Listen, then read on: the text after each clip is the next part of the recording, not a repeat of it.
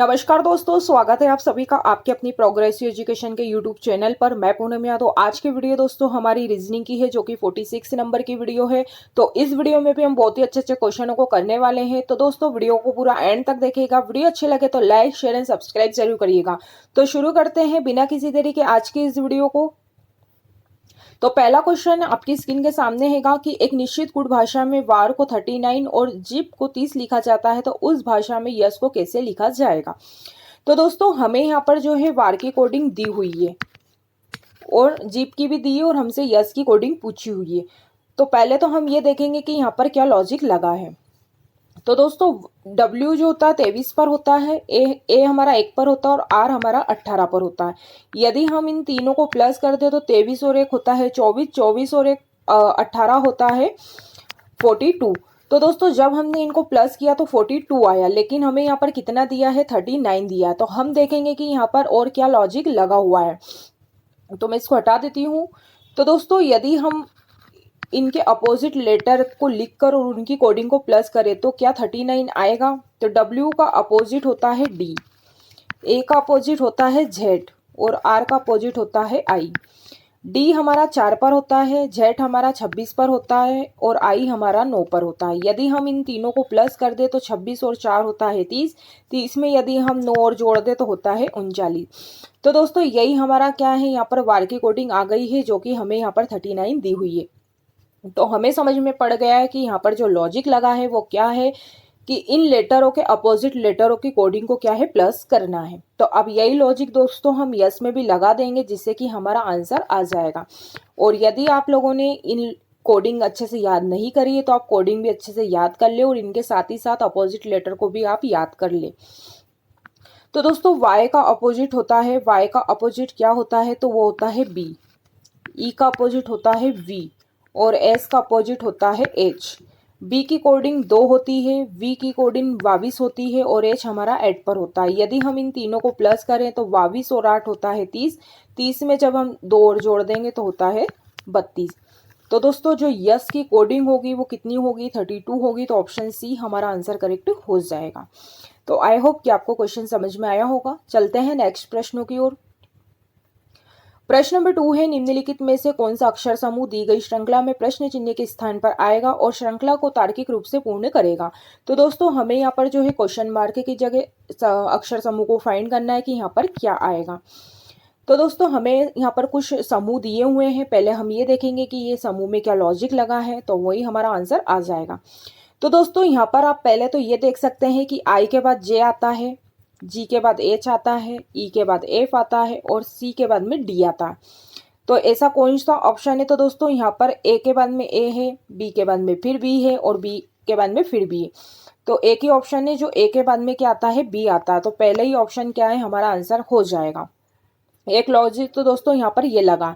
दूसरा लॉजिक और क्या लगा हो सकता है यहाँ पर, तो आप देख सकते हैं कि जे में जब हमने 2 माइनस किया तो एच आया, एच में -2 किया तो एफ आया, एफ में से हमने -2 किया तो डी आया और डी में से माइनस जब हम 2 करेंगे तो यहाँ पर क्या आ जाएगा, बी आ जाएगा। ऐसे ही दोस्तों यहाँ पर जे में से जब हमने +3 किया तो जे आया, जे में फिर जब हमने 3 प्लस किया तो एम आया, फिर एम में हमने 3 प्लस किया तो पी आया और पी में जब हम 3 प्लस करेंगे तो यहाँ पर क्या आएगा, तो यहाँ पर आ जाएगा एस। अब दोस्तों ऐसे ही यहाँ पर जब आई में से जब हमने -2 किया तो जी आया, जी में से -2 किया तो ई आया, ई में से -2 किया तो सी आया। अब सी में से -2 करेंगे तो यहाँ पर क्या आ जाएगा, ए आ जाएगा। तो दोस्तों यहाँ पर क्या लॉजिक लगा है, पहले -2 हुआ, फिर +3 हुआ, फिर -2 हुआ। तो यहाँ पर ये ऐसा क्या है, लॉजिक चल रहा है। तो जो हमारा आंसर होगा वो ऑप्शन ए करेक्ट हो जाएगा।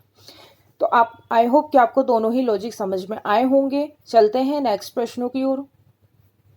प्रश्न नंबर 3 है, एक निश्चित तर्क का अनुसरण करते हुए 14 का संबंध 27 से है, उसी तर्क का अनुसरण करते हुए 17 का संबंध 33 से है, उसी तर्क का अनुसरण करते हुए 24 का संबंध किससे होगा।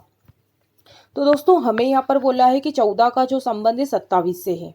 तो यदि हम 14 का दुगुना करते हैं तो 14 का दुगुना होता है 28 और जब इसमें से हम -1 करते हैं तो कितना आता है, 27।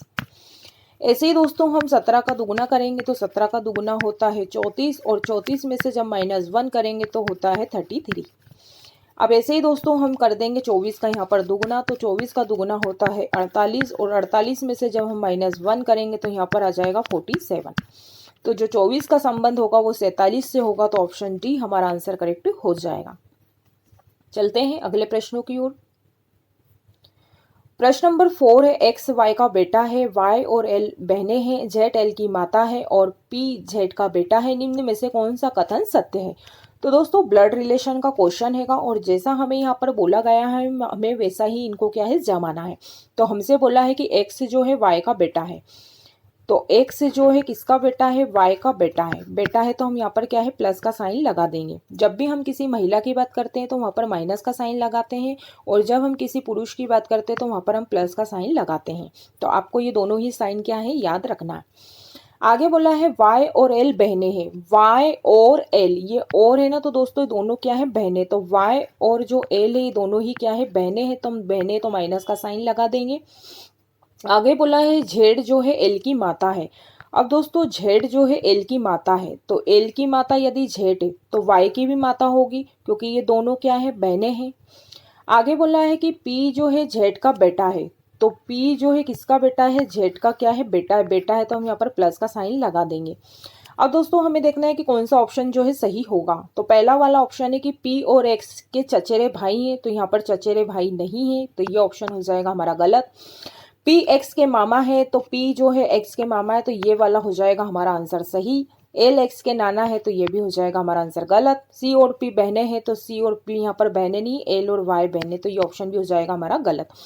तो दोस्तों यहाँ पर जो रिलेशन बनेगा पी एक्स के मामा है, तो ये पी है और ये एक्स है, तो ये एक्स और एल का क्या है भाई है और बहन का बेटा जो होता है ये क्या होता है भांजा होता है। तो ये क्या है कि एक्स के जो मामा है वो कौन है, पी है, तो ऑप्शन बी हमारा आंसर करेक्ट हो जाएगा। चलते हैं नेक्स्ट प्रश्नों की ओर। प्रश्न नंबर 5 में निम्न प्रश्न में पहले तो शब्दों के बीच किसी प्रकार से कोई संबंध है, निम्न विकल्पों में से चौथा शब्द चुनिए जिसका तीसरे शब्द के साथ उसी प्रकार संबंध है। कहने का मतलब यहाँ पर यह है दोस्तों कि यदि इसका संबंध, यदि डॉक्टर का संबंध मरीज से है तो वकील का संबंध किससे होगा हमें यहाँ पर बताना है। तो दोस्तों यहाँ पर जो डॉक्टर का संबंध मरीज से होता है तो वकील का संबंध ग्राहक से होता है, तो ऑप्शन सी हमारा आंसर करेक्ट हो जाएगा। प्रश्न नंबर 6 से श्रृंखला में अगला पद क्या होगा। तो दोस्तों हमें यहाँ पर जो है क्वेश्चन मार्क की जगह बताना है कि यहाँ पर क्या होगा अगला पद। तो यहाँ पर हमें दिया है ए, यहाँ पर दिया है सी डी, फिर यहाँ पर दिया है हमें जी एच आई और यहाँ पर दिया है एम एन ओ पी, तो आगे क्या होगा। तो दोस्तों आप देख सकते हैं कि ए के बाद में सी डी आ गया, यानी कि बीच में कितने लेटर छूटे हैं, एक लेटर छूटा है। तो और वो एक लेटर कौन सा छूटा है दोस्तों, बी वाला छूटा है। फिर सी डी के बाद में क्या है दोस्तों, कितने लेटर छूटे हैं, तो यहाँ पर 2 लेटर छूटे हैं। कौन कौन से छूटे हैं, एक तो ई छूटा है और एक एफ छूटा है। फिर आता है जी H I, ji H I के बाद में दोस्तों कितने लेटर छूटे हैं, 3 लेटर छूटे हैं। और वो कौन से छूटे हैं 3 लेटर, वो छूटे हैं जे के एल। फिर दोस्तों हमें यहाँ पर दिया है एम एन ओ पी, इसके बाद में यहाँ पर कितने लेटर छूटे हैं, 4 लेटर छूटे हैं। वो 4 लेटर कौन से हैं, क्यू आर एस टी। तो अब दोस्तों इसके बाद में क्या आएगा, यू आएगा, वी आएगा, डब्ल्यू आएगा, एक्स आएगा और वाई आएगा। तो U V W X Y वाला जो ऑप्शन बी है यही क्या है यहाँ पर हमारा आंसर करेक्ट हो जाएगा। तो दोस्तों पहले यहाँ पर 1 लेटर छूटा, फिर 2 लेटर छूटे, फिर 3 लेटर छूटे, फिर 4 लेटर छूटे। तो यहाँ पर क्या आंसर होगा हमारा ऑप्शन बी करेक्ट हो जाएगा। चलते हैं नेक्स्ट प्रश्नों की ओर। प्रश्न नंबर 7 ने वह वैकल्पिक आकृति याद कीजिए जिसमें आकृति एक्स उसके भाग में के रूप में छुपी हुई है।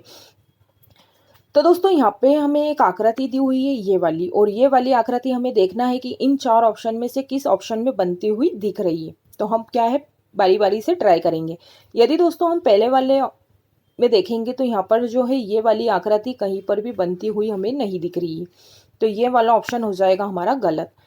दूसरे वाले में हम देखेंगे तो ये वाली जो आकृति है यहाँ पर ये क्या बनती हुई दिख रही है, और यही आकृति क्या है हमसे पूछी है। तो ऑप्शन बी वाले में क्या है, ये वाली आकृति बनती हुई हमें दिख रही है, तो ऑप्शन बी हमारा आंसर करेक्ट हो जाएगा। यदि हम तीसरे वाले में देखें तो यहाँ पर आकृति कुछ और ही बन रही, तो ये ऑप्शन भी गलत हो जाएगा। और यहाँ पर भी क्या है, कुछ और आकृति बन रही, तो यहाँ वाला भी ऑप्शन हमारा हो जाएगा गलत।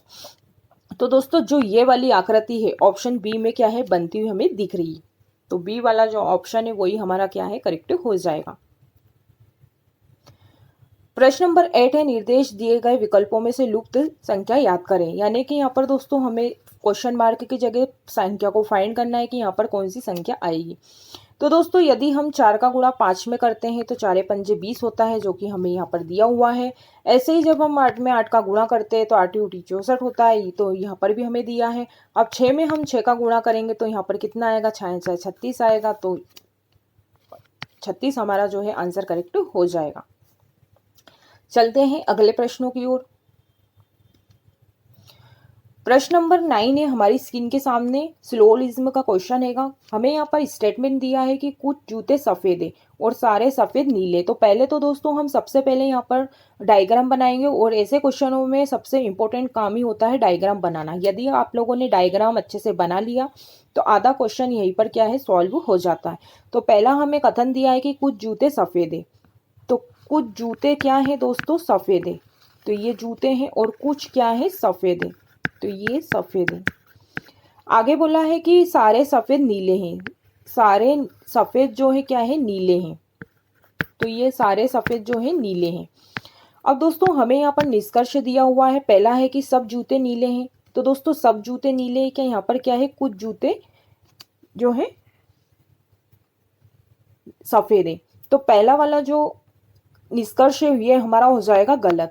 दूसरा वाला है कि कुछ जूते नीले हैं, तो जी हाँ दोस्तों, कुछ जूते क्या है, हमारे नीले के अंदर ही आ रहा है, तो दूसरा वाला जो निष्कर्ष है यही हमारा क्या है, आंसर हो जाएगा। तो जो इसका आंसर होगा वो क्या होगा कि केवल 2 ही लागू करता है, तो ऑप्शन बी हमारा आंसर करेक्ट हो जाएगा। चलते हैं नेक्स्ट प्रश्नों की ओर। क्वेश्चन नंबर 10 है कि उस विकल्प का चयन कीजिए जो दी गई श्रेणी में प्रश्न चिन्ह को प्रतिस्थापित करेगा। यानी कि दोस्तों हमें यहाँ पर देखना है कि क्वेश्चन मार्क की जगह यहाँ पर कौन सी संख्या आएगी। तो नंबर सीरीज का क्वेश्चन हैगा। तो दोस्तों यहाँ पर हमें दिया है 77 और यहाँ पर दिया 158, तो यहाँ पर संख्या कितनी बड़ी है, तो 77 से संख्या 158 हो गई, यानी कि यहाँ पर कितना प्लस हुआ है, 81 प्लस हुआ है। अब 158 से संख्या 207 हो गई, यानी कि यहाँ पर कितना प्लस हुआ है दोस्तों, तो यहाँ पर जो है 49 प्लस हुआ है। अब 207 से 232 संख्या हो गई, यानी कि यहाँ पर कितना प्लस हुआ है, 25 प्लस हुआ है। और 232 से संख्या 241 हो गई, यानी कि यहाँ पर कितना प्लस हुआ है, तो यहाँ पर 9 प्लस हुआ है। तो आगे हम कितना प्लस करें कि हमारा आंसर आ जाए।